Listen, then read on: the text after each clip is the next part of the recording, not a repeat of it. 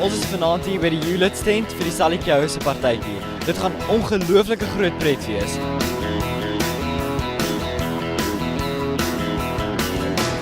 Ons het besluit dit gaan vir die uitstallers. Elke jaar gee ons vir die uitstallers 'n partytjie om hulle te verwelkom want hulle ry ver, hulle doen baie moeite. Hulle maak hulle stalletjies mooi, so ons wil eintlik iets terugploeg vir die stalletjies.